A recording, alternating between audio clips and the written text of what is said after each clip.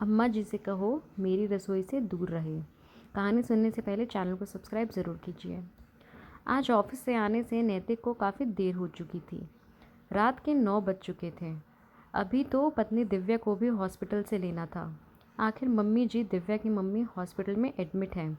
उसके भाई भाभी अभी शाम को ही पहुँचे हैं, इसलिए दिव्या सुबह से उनके पास है। फटाफट नैतिक ने हॉस्पिटल पहुंचकर दिव्या को वहां से लिया और घर के लिए रवाना हो गया। दिव्या और नैतिक को बहुत ज़ोरों से भूख भी लग रही थी, पर दोनों ही चुप थे। पता था आज खाना बनाने वाली शिमला नहीं आई होगी।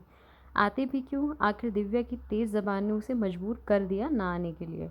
बस इतनी सी बात थी। उसके हाथों से रसोई से पानी फैल गया था। कितना भला बुरा कहा था दिव्या ने उसे। माना कि शिमला घर के काम करती है, पर इस कदर किसी को सुनाने का हक तो नहीं था। जब से घर में मॉड्यूलर किचन बना है, दिव्या का दिमाग बस आसमान में ही घूमता रहता है। आखिर पूरी रिश्तेदारी में उसी का किचन था जो मॉड्यूलर था, जहाँ सारी सुख सुविधाएं थी। बस उसे लगता है कि किसी का स्टैंडर्ड उससे मैच नहीं करता, इसलिए जिद करके घर में काम वाली भी रख ली। जबकि घर में ले देकर 3 ही सदस्य थे, दिव्या, नैतिक और नैतिक की अम्मा। वो ये भूल गई कि वो एक मध्यवर्गीय परिवार के सदस्य है और यह किचन किश्तों पर बना है, जिसकी किश्तें अम्मा जी की पेंशन से आती है। खैर, जैसे ही दिव्या और नैतिक घर में घुसे तो पूरे घर खाने की खुशबू से महक रहा था। अचानक नैतिक ने खुश होते हुए कहा, यार ये खुशबू तो जानी पहचानी है, ज़रूर आज अम्मा ने खाना बनाया है। सुनकर दिव्या का दिमाग खराब हो गया। ज़रूर अम्मा जी ने मेरी रसोई की ऐसी की तैसी कर दी होगी। मन ही मन यह सोचती हुई दिव्या रसोई की तरफ दौड़ी। देखा तो अम्मा रसोई के बाहर की तरफ खुली जगह में खाना पका रही थी। पीछे पीछे नैतिक भी आ गया। उन दोनों को देखते ही अम्मा जी बोली, अरे तुम दोनों आ गए। शिमला तो आज आई नहीं थी और तुम लोग को बहुत देर भी हो गई थी, तो मैंने सोचा कि नीतू, नैतिक कितने दिनों से कह रहा है कि अम्मा तेरे हाथों की रोटी खानी है, वो भी चूल्हे वाले, तो मैं आज ही खाना बना देती हूँ। अब चूल्हा तो कहाँ था घर में, इसलिए ये ईंटें रखकर जैसे तैसे इसे जलाकर रोटियां सेकी है। फटाफट तुम दोनों हाथ मुंह धोकर आओ, मैंने खाना बना दिया है। अम्मा जी अपने पसीने पोंछते हुए बोली, अम्मा जी आपको किसने कहा था ये सब करने के लिए? हम आ रहे थे ना, आकर बना देती खाना। थोड़ा सा सब्र भी नहीं हुआ आपसे तो? अचानक दिव्या ने कहा तो अम्मा जी दिव्या की तरफ देखने लगी। फिर थोड़ा संभल कर बोली, बहू, मुझे लगा कि तुम लोग भूखे आओगे, तो कम से कम तुम्हारे लिए खाना बना दूं।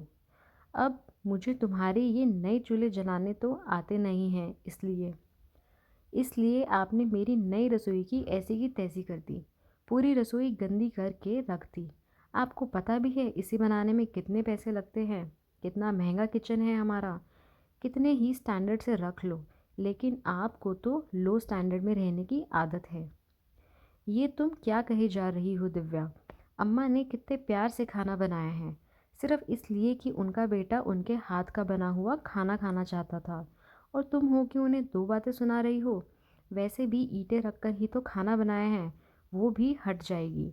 और दूसरी बात, खाना किचन के बाहर बनाया है, तो तुम्हारा किचन गंदा कैसे हो गया? एक तो अम्मा ने तुम्हारे लिए खाना बना कर रखा, और ऊपर से तुम।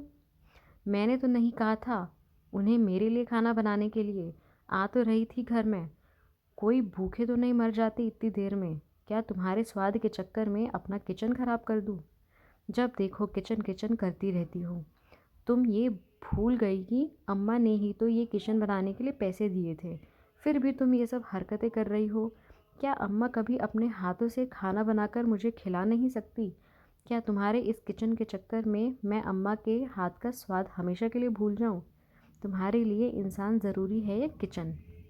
मेरे लिए तो मेरा किचन ही ज़रूरी है, बस। दिव्या ने गुस्से में पैर पटकती हुई अपने कमरे में जाकर बैठ गई। यह देखकर अम्मा जी की आंखों से आंसू आ गए, पर वो कुछ नहीं बोली और चुपचाप अपने कमरे में चली गई। वहीं नैतिक को बिल्कुल समझ नहीं आ रहा था कि आखिर दिव्या ऐसी पागलपन वाली बातें कैसे कर सकती है। वो भी चुपचाप कमरे में जाकर बिना चेंज किए ही लेट गया। उस रात किसी ने खाना नहीं खाया। दूसरे दिन दिव्या की लेट नींद खुली।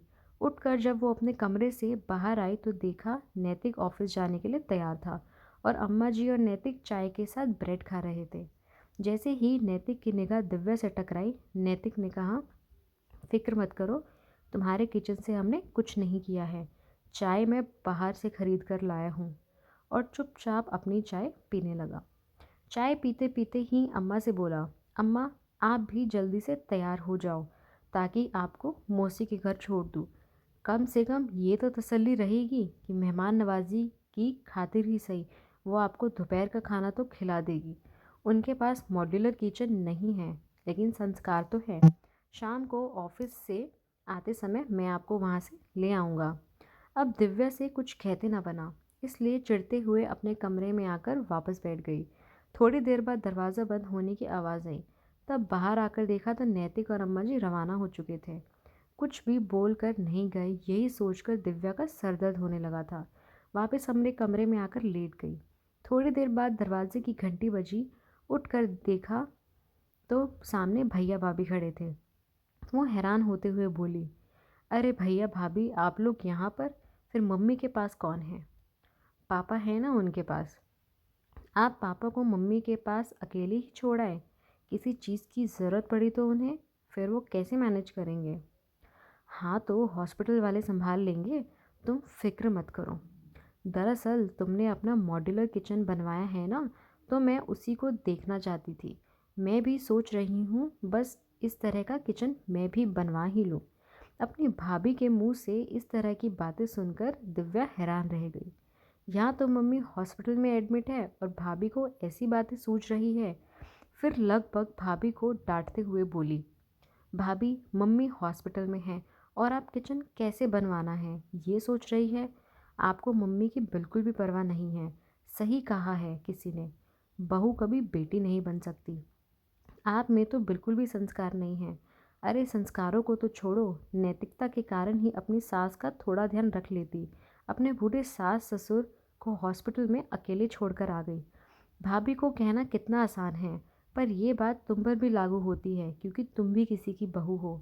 अचानक से नैतिक ने घर में आते हुए कहा तो दिव्या का ध्यान दरवाजे की तरफ गया।